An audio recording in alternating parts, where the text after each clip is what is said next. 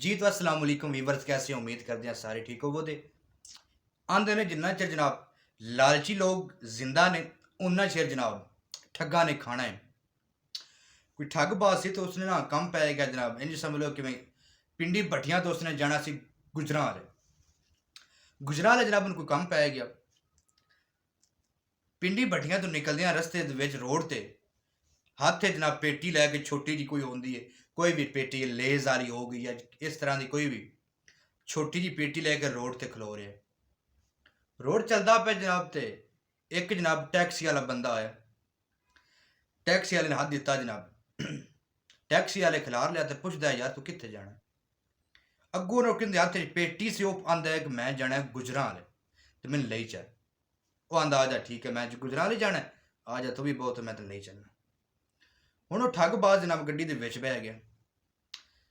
Front ते बह के जनाब लगा जांदा है, गुजर के जिल्ले जनाब गुजरांवाला दे नेड़े टुर गया, उस अपने कंन दे नाल फोन ला लिया ते फोन ते गल्लां करदा जांदा है कि यार किसे बंदे नाल इंज लगे कि उस जेह्ड़ा ड्राइवर है ना भी ये किसे नाल फोन ते गल करदा पे, लेकिन फोन ते गल कोई नहीं सी पे करदा। हुण कंन नाल फोन ला के पिया आंदा है कि यार जेह्ड़ा सोना मैं लैके आंदा सी ओह गया है विक, ते बड़ी चंगी कीमत ते विक गया ते बड़ा अच्छी रेट नाल विक गया ते पैसे मेरे कोल ने, पेटी दे विच मैं संभाल के रखे ने ते मैं लेई आना। हुण ड्राइवर सोची पिया भी ये सोना वेचन गया सी कि वेच के हुण लगा जांदा ते पेटी दे विच पैसे ने।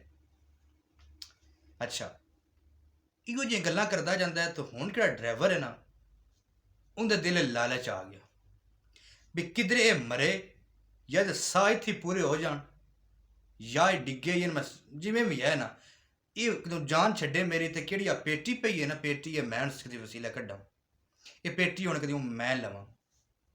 दिल दे विच लालच आ गया। अच्छा, खैर जनाब गया किले अग्गें गुजरांवाले दे नेड़े, किले गुजरांवाले दे नेड़े गया मतलब अपड़न आह्ला उत्थे आंदा भी खलारी गया इस दुकान तो मैं ना लोड करा ला। केह्ड़ा ठग आ, ओह आंदा है कि मैं इत्थों लोड करा ला तो तू इत्थे गड्डी 2 मिंट ब्रेक ला। हुण उंदे दिलै च भी लालच आ गया भी वाह बड़ा कम्म बनेआ, मौका लगदा है बनू है, एह् इस लाना है ते मैं पिच्छों गड्डी छिक लैनी है, मैं नस जाना अग्गें। हुण ओह लत्था ऐ लोड कराने आस्ते,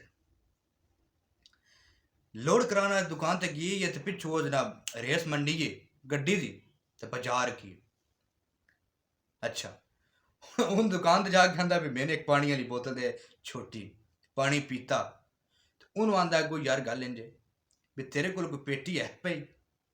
छोटी पेटी कोई भी मतलब है तेरे कोल है वे? ओह् आंदा है खैर एह् कोई लोड़ ही की करनी है? अग्गों जवाब दे के आंदा है कि यार मैं सवेरे वापस भी जाना पिंडी भट्ठियां ते मैं इस आस्ते पेठी चाहिदी। ते वेखो ना यार सारी गल्ल सुनाने दा मकसद एह् वे कि जिन्ना चिर लालची लोग जिंदा ने उन्ना चिर ही ठग्गां ने खाना है ते बड़े चसा नाल खाना है। ते वेखो भाई जी इन्हां ठग्गां तो बचे रहना चाहिदा। कोई भी ठग है ना ओह पैह्लें लालच देंदा है, ठीक है, लालच दे के फिर ओह ठगदा है। तो बाकी भाजी अगर वीडियो पसंद आई होवे तो लाइक सब्सक्राइब ज़रूर करिए। तो मेरा जो पहले वाला चैनल था मलिक अजहर अब्बास ऑफिशियल के नाम से वो जनाब यूट्यूब वाले रिमूव कर लिया। पता ना की मसला से यार, कोई दुश्मनी से मेरे नाल, इन्नी मेहनत से पूरे 1 साल का जनाब मेहनत आई मेरी उंदे ते वो बिल्कुल मेरी ज़ाया हो गई।